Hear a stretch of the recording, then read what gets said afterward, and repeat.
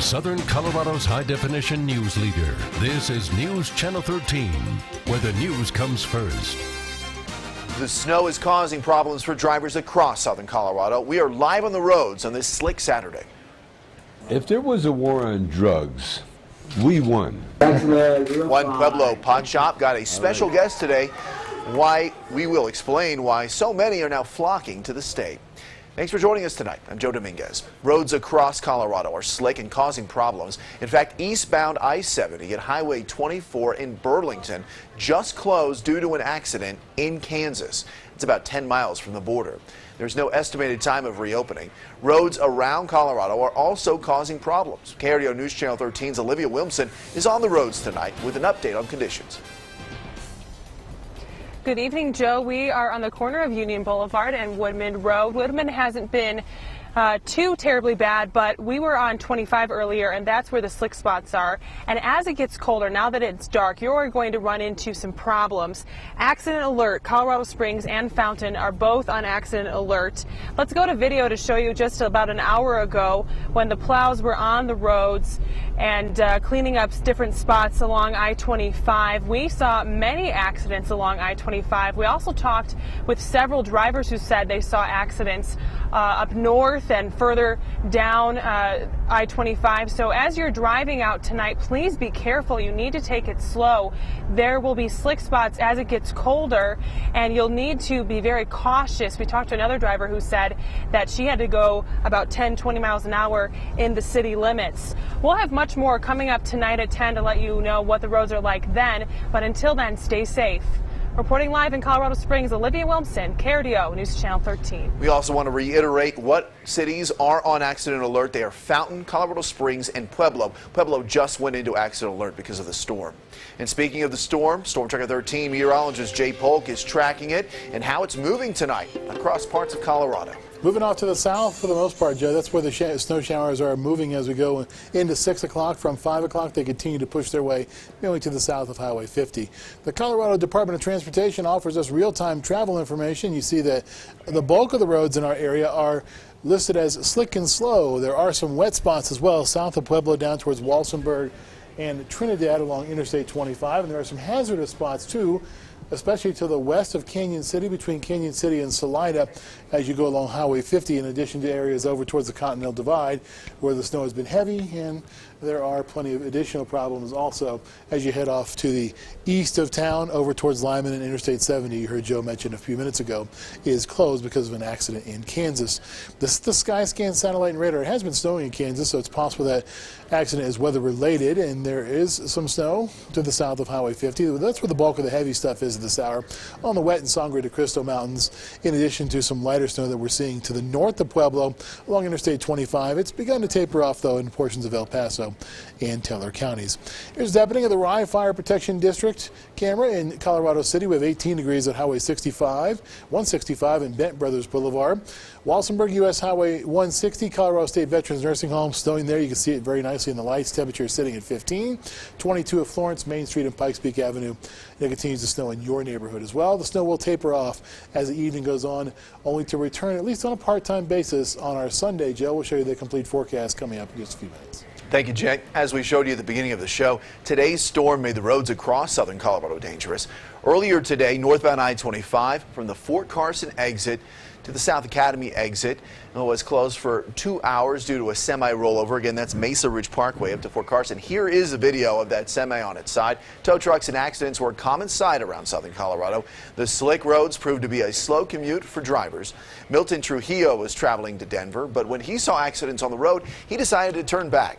Off-duty police officer Jason Stockley had a busy day. Not only was he saving drivers' lives, he was saving his wife's and his own. You would hear cars screeching and then boom, kind of sound, like a war zone. There's debris flying as we're covering each other, hoping nothing hits you. Law enforcement encourages you that if the roads are slick, to give yourself enough time to get to your destination. We are getting snow, but it is nothing compared to the East Coast. Alexandra Field is in New York, showing us one of the worst hit places. The massive storm that pummeled New York is followed now by a massive response. But plummeting temperatures have officials warning that some of the most dangerous conditions are still ahead of us. The best option today is stay close to home. Best option is to not be outside too long. New York City's Mayor Bill de Blasio shoveled his own driveway despite the bitter wind chill that prompted city leaders to keep schools closed Friday. Oh, man, it's nasty out here. Very nasty. If I could have stayed home, I would have stood home. Stay home. If you don't have to come out, stay home. That's it. New York City saw almost 8 inches of snow. A foot of snow fell on Long Island. During the worst of the storm Thursday night into Friday morning, a driving ban kept cars off of some of New York's busiest interstates. The Long Island Expressway shut down for 8 hours because of blizzard conditions. Holiday travelers were stopped in their tracks. Passengers were grounded in New York City's airports. Today when I talked to them, they said it's going to be a couple of days before the next flight to Toronto, so I just booked myself a bus ticket. That might be one option for people fighting to get out. But what to do if you're stuck at home waiting for that snow to clear? My plan is to wake up early tomorrow, look out the window, see what it looks like, get the snowblower out and try to get to work. If that's the case, Connecticut's governor has some advice for you, too. If you want some tips on how to deal with the cold, first of all, I'll give you mine. Don't put your tongue on a flagpole. That was Alexandra Field reporting. Back in Colorado, snow removal crews are working all day to clear the runways at DIA. The airports say travelers faced an average delay of about 1 hour, and 60 flights were canceled. The airport encourages you to check your flight status before heading to the airport. Despite the snow, huge lines at the Marisol Therapeutics today in Pueblo, one of 2 retail pot shops open in Pueblo County.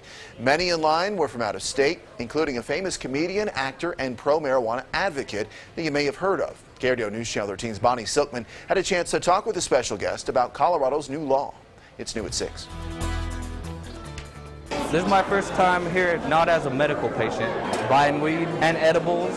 The 4th day of legalization and still a huge demand. Can I get a Northern Lights, please? They drove through the snow to get here, many of them from out of state. I personally have been waiting for this day since 1959. But you may recognize one of them. I just had a feeling, that this would be a good place to be on the first day or the second day of legalization. So it's a very historical site. If there was a war on drugs, we won. Tommy Chong is well known for his Cheech and Chong movies. Never smoked hamburger helper before. Yeah. His character on that 70s show. Good evening, gentlemen.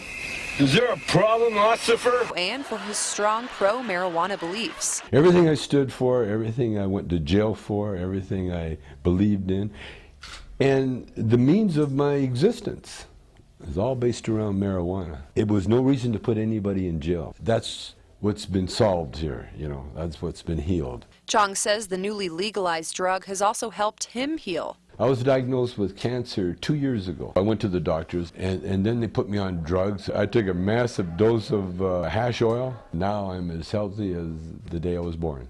Just no cancer. And he believes he's not the only one who will benefit from legalization. All they did on the first and second and third day is make money. There was no riots, there was no fighting, there was nothing but love and money. And with that money coming back into help schools and help the roads and help infrastructure, we've started a whole new way of life now. And it's going to spread throughout the world.